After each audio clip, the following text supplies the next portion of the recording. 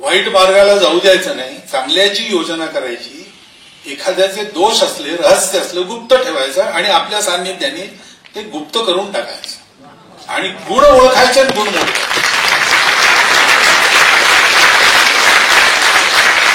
आम्ही हे करत आलो आहोत. आमच्या प्राचीन इतिहासात सर्व वेळेला आम्ही हे करत आहोत. आमचे पूर्वज जेव्हा जेव्हा देशाबाहेर गेले तेव्हा त्यांनी धर्म दिला, तेव्हा त्यांनी शास्त्र दिलं, तेव्हा त्यांनी सभ्यता दिली. कोणालाही कन्वर्ट केलेलं नाही, कोणाचंही राज्य लुटलेलं नाही. असा भारत स्वतंत्र झाल्यावर त्याचं संविधान कसं होईल? असंच होईल. हिंदुत्व हे असं आहे. सावरकरांनी सुद्धा हिंदुत्व पुस्तकाच्या शेवटी म्हटलं ते अगदी बरोबर आहे. लोकांना माहित नाही सावरकरांचं हिंदुत्व काय होतं. शेवटी त्यांनी असं म्हटलं आहे की कदाचित असा हिंदू समाज उभा झाल्यानंतर केव्हा तरी त्यांच्या सान्निध्यामुळे, साहचर्यामुळे मुसलमानांना सुद्धा असं वाटेल की हे बरोबर आहे. मुसलमान राहून सुद्धा ते या राष्ट्राशी एकरूप होऊन वागतील असं म्हटलंय. शब्द माझे तिकडे तिकडे झालेच पण तो पॅरेग्राफ आहे, शेवटचाच पॅरेग्राफ. आपल्या सगळ्या लोकांची इच्छा ही होती, डॉक्टर आंबेडकर असो, महात्मा गांधी असो, सगळ्यांची इच्छा ही होती. फरक फक्त नीती कोणाची काय कशी, देशकाल परिस्थिती याच्याबाबतचं आकलन वगैरे या सगळ्या गोष्टी वेगळ्या होत्या. ही जी गोष्ट आहे, आपला समाज असं वागू शकतो आणि असं जेव्हा चांगला वागतो, जातीपातींच्या आहारी जात नाही, पंथ संप्रदायांचे भेद करत नाही, रुची अरुची कोणाची काही असो, आपण सगळे एक आहोत या भावनेने जेव्हा वागतो तेव्हा तो आपल्या संविधानानुसारही चालत असतो, आपल्या हिंदू धर्मानुसारही चालत असतो. आणि हे सगळ्या जगाला द्यावं लागणार आहे. कारण जगाचे प्रयोग फसले, त्यांच्या अपुऱ्या दृष्टीतून जे त्यांनी मनुष्याच्या सुखाकरता म्हणून प्रयत्न केले त्यातनं ते सुख तर मिळालं नाही, सुविधा पुष्कळ मिळाल्या, वैज्ञानिक प्रगती खूप झाली, पण संहार वाढला, दुःख वाढलं, शोषण वाढलं, मानसिक अशांती वाढली. आणि त्याच्यामुळे आता सगळे विचार करतायत की हे कुठून मिळेल. दोन्ही उपाय पाहून झाले, व्यक्तिवादी होऊन पाहिलं, समाजवादी होऊन पाहिलं, ईश्वराप्रती श्रद्धा ठेवणारी होऊन पाहिलं, नास्तिकही होऊन पाहिलं, विज्ञानवादी होऊन पाहिलं.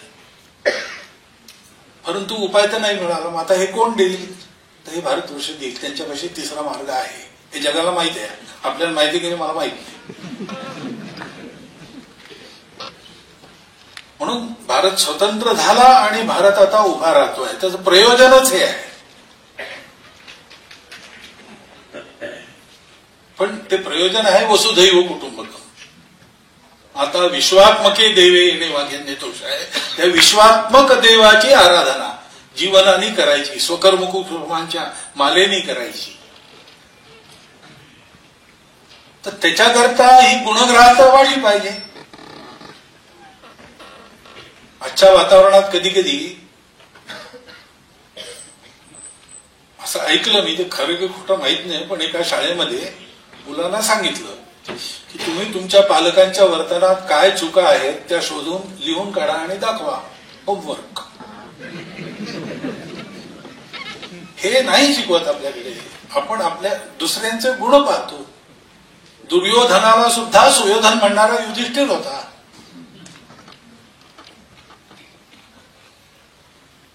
पण असं होत राहिलं तर मग समाज दुखले जाईल.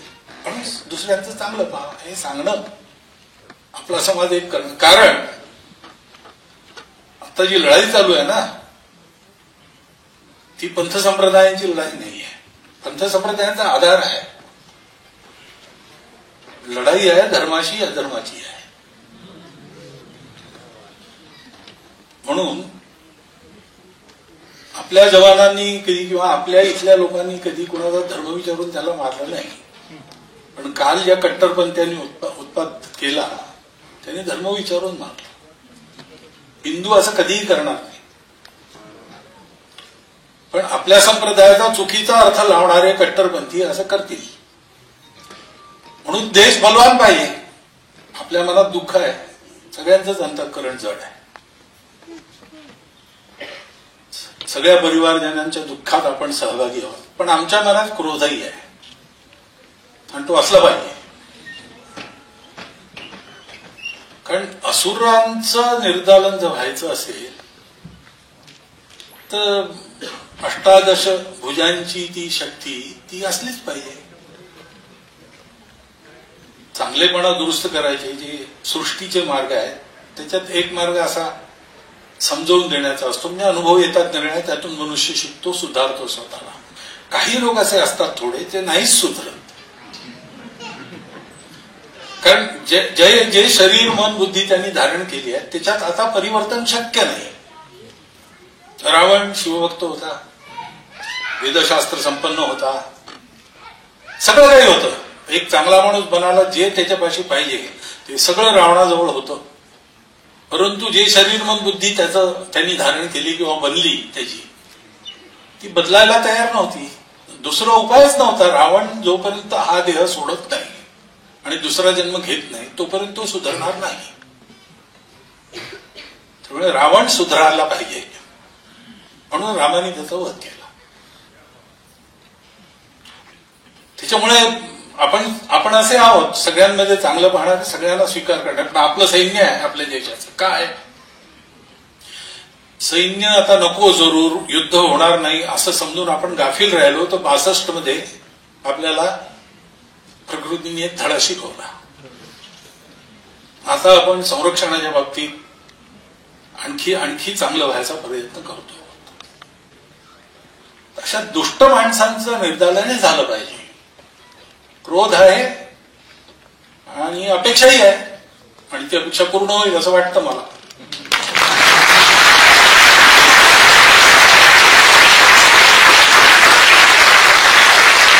पण हे सगळं का होतं, हे सगळं शस्त्रांच्या भरवशावर नाही होत. हे सगळं राग येतो म्हणून नाही होत. या सगळ्यांच्या पाठीमागे जे बल पाहिजे ते बल असतं शेवटी प्रेमाचंच, आपलेपणाचंच, आत्मीयतेचंच. ती आत्मीयता असली की समाज जुळून राहतो. आणि कलियुगात संघशक्ती आहे म्हणजे एकत्र राहणं ही शक्ती आहे. परवाचा प्रसंग झाल्यावर सगळ्या देशभराची संतापाची लाट उठली. त्याच्यामध्ये कोणी जातपात पक्ष प्रांत धर्म पंथ संप्रदाय पाहिलेला नाही. एकही आवाज असा आलेला नाहीये. उलट आहे की सगळं त्यापुरतं विसरून आपण उभे राहिलो देशाच्या प्रतिष्ठेकरता. हा स्वभाव झाला पाहिजे. हे प्रसंगाने होतं, हा स्वभाव झाला पाहिजे. असं झालं तर वाकडा डोळा करून पाहिजे कोणाची हिंमतच होणार नाही. आणि कोणी पाहिल तर डोळा फुटेल. पण त्याकरता मूळ असतं आपलेपणा. आणि आपलेपणाच्या पाठीमागे ती सकारात्मक दृष्टी असते. ती चांगल्या गोष्टी शोधते, गुणगौरव शोधते. म्हणून 83 वर्ष हा जो उपक्रम चाललेला आहे, हा उपक्रम म्हणजे केवळ वर्षातनं एकदा काही लोकांचा गौरव करणे एवढा नाहीये. ही गुणगौरवाची प्रवृत्ती, त्याचा पुरस्कार म्हणजे आजचे सगळे पुरस्कार आहेत.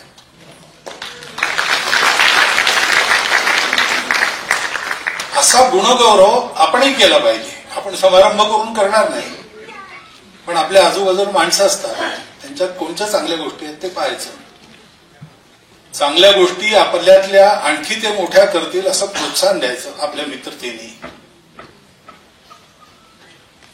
म्हणजे जे रावण नाहीत ते सगळे चांगले होते. ते सगळे चांगले झाले की जे रावण असतील त्यांचं राम पाहून घे.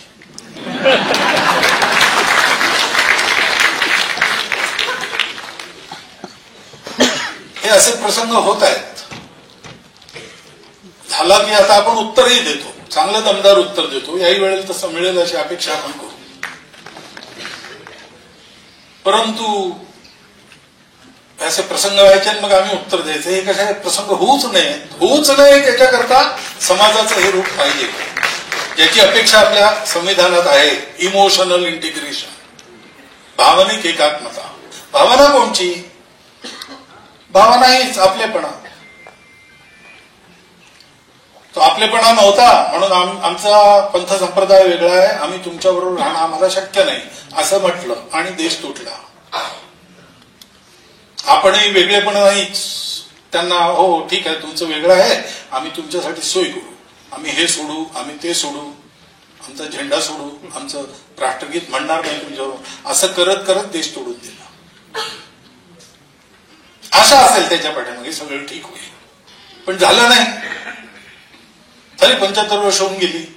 परवाच्या पाकिस्तानच्या सेना प्रमुखांचं भाषण झालं, त्याच्यात पुन्हा त्यांनी द्विराष्ट्रवादाची थिअरी मांडली.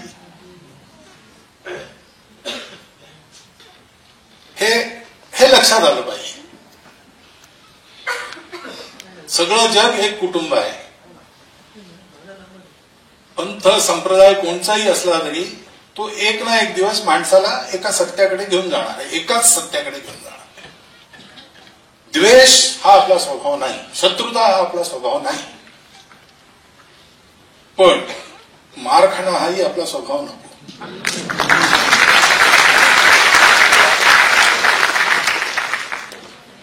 शक्तिवान माणसाला अहिंसक असलं पाहिजे. जो दुर्बल आहे त्याला म्हणायची जरूरच नाही, कारण राहावंच लागतं अहिंसक.